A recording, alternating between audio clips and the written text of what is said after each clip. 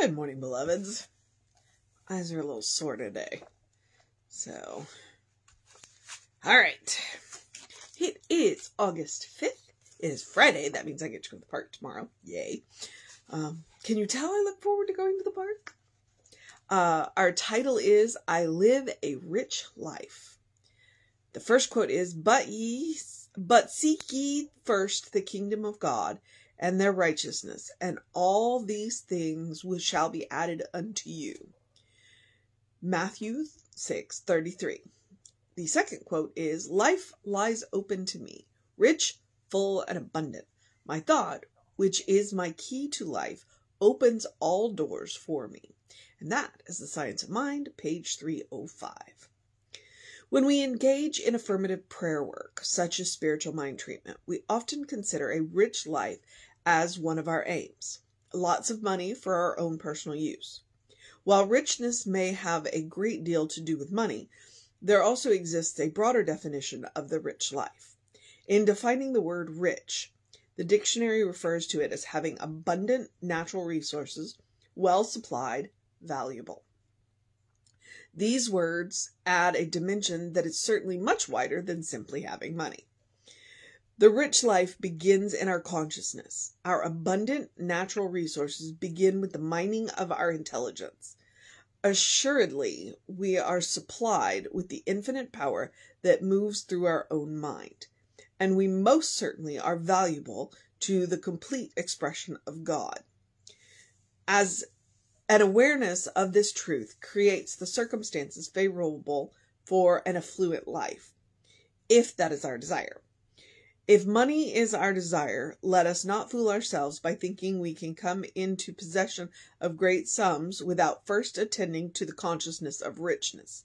Our mind must first image and accept our value and resourcefulness before we can taste wealth. Infinite mind inspires me. Infinite power expresses through me. Infinite life heals me and presents me as a true spiritual being. My consciousness is a rich one. In my own mind, I know myself to be infinitely valuable to life. I cultivate my intelligence. I am alert and aware to new ideas, and I continually develop my talents. I enlarge my capacity to accept my good, and increased money naturally follows.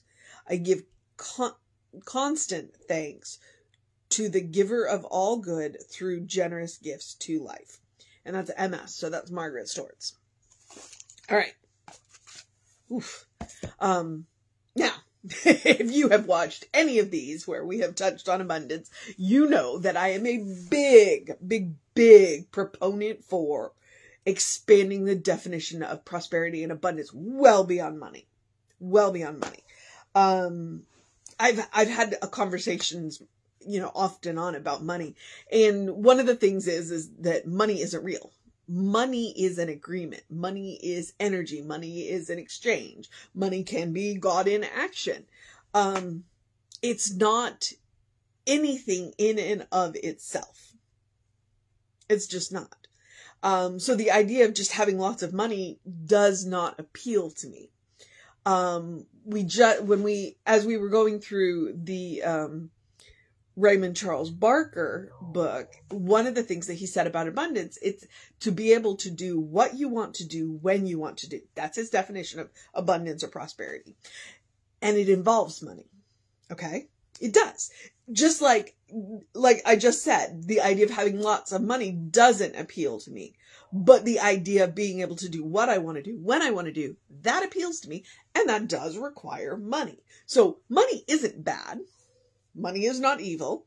Even if you go back to the Bible quote, money is not the root of evil, of all evil. It's the love of money that is the root of all evil. So money in and of itself isn't bad. But a rich life is, and I liked that she used the word natural resources, the gifts and the talents, my ability to talk to complete and total strangers in random places, being halfway up a mountain, sitting down on a rock to rest and starting up a conversation with a complete and total stranger. This is a person we're halfway up a mountain, and we have a brief conversation, a good conversation, and we both go on our ways. Are we ever going to see each other again? Probably not. But it was a rich conversation. My husband just looks at me and like, you'll talk to anybody about anything, won't you? He's just as bad as I am. Or good as I am, I should say. Because, not too much later in the day, he did the same thing. So, but that's what makes life rich. Interacting with people, getting to know people, going to new places, or going to places that we've been before to have a new experience. All of this does require money. I get that. But it's not the aim of, it's not the end game of, it is about those. So if you have the ability to sing, share that. I mean, even if you just do it for yourself, do you like to write? What are the gifts and the talents that you have that can enrich your life by you sharing them? That's how you people are what make our lives rich and abundant. People and experiences. And my big thing is learning. I love to learn. So being able to, I love to read. That's been one of the whole frustrations about this whole figuring my eyes out is I'm not reading as much because it's kind of hard, and I want to make sure that everything heals, and I'm eventually gonna have reading glasses, so I'm eventually gonna go from here to here. I'm gonna turn into a little librarian, which I already am a librarian. Like, there are literally books in every room in this house.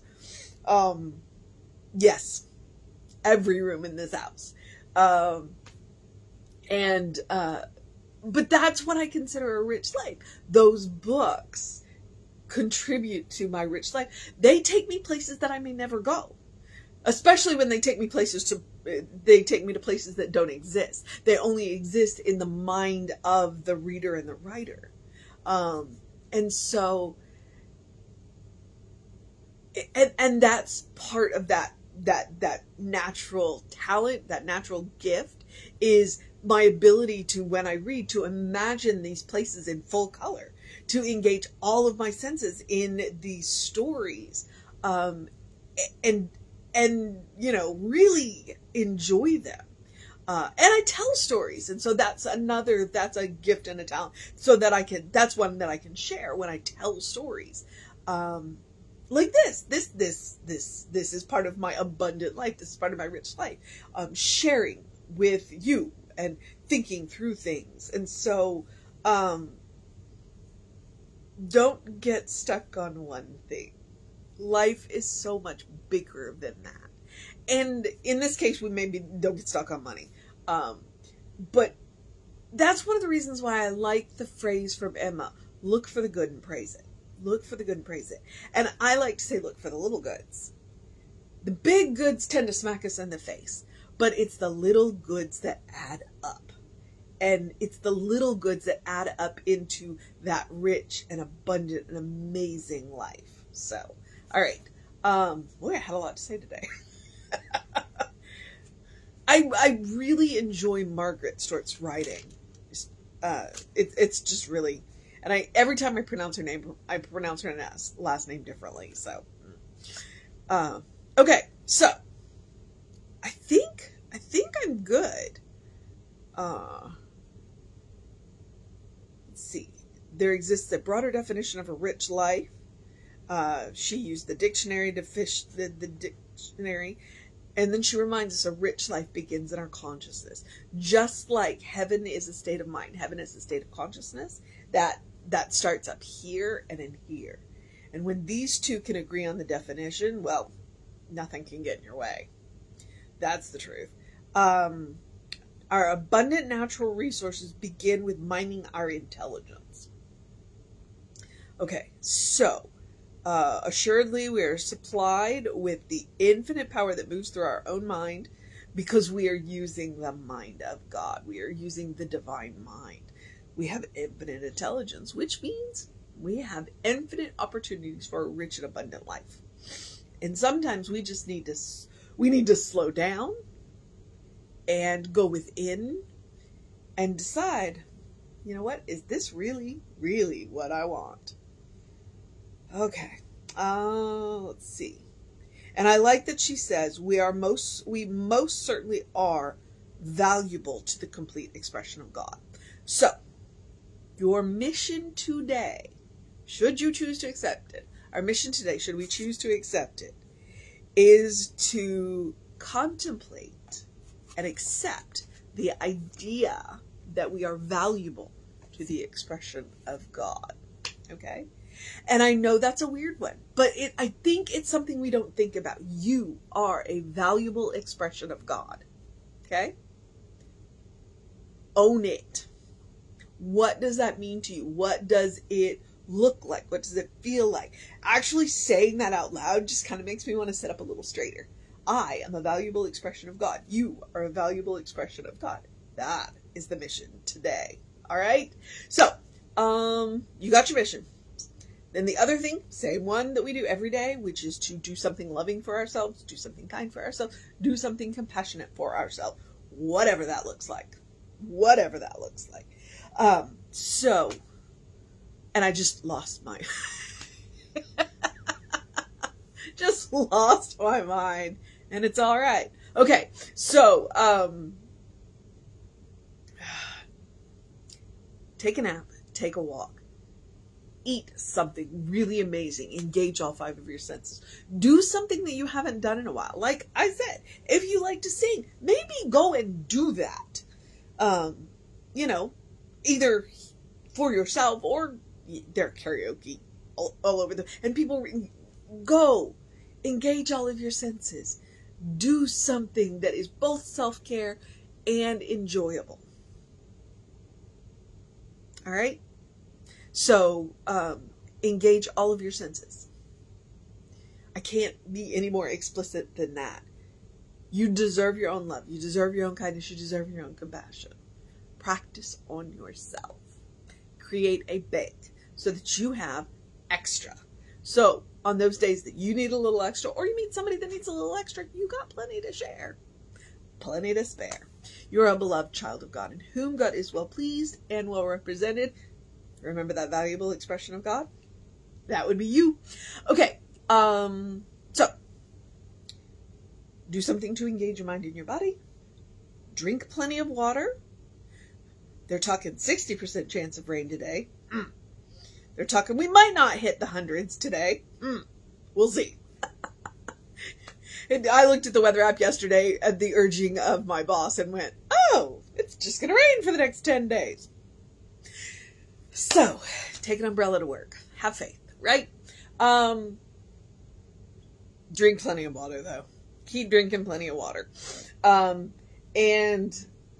get that early in your day light.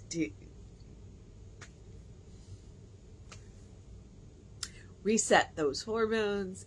It'll improve your nighttime sleep and your daytime energy. It's science. I don't know who the science. And that reminds me of something, but I don't know what. Okay, I'm just a giggle monk factory today, and that's a good thing. So, yeah. Last thing. Open the windows of your soul. Allow the breath of heaven to remind you you are in heaven. I'm screwing the quote up. It's a quote from Renner's Homes.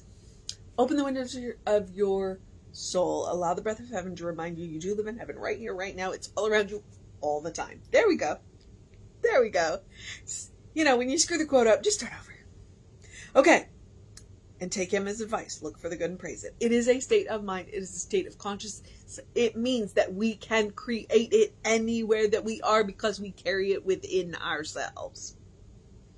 Trust me on that. That is the point of spiritual practice, to plug into that so that we can create it all the time, anywhere, every time. Okay. Catch us on the social medias. We are Creative Life Spiritual Center, Creative Life Spark. I'm the running Rev Ryan on the social medias. I realized that my Instagram has been really quiet lately, so I need to work on that. I don't need to. I want to. Yeah, language matters. There was...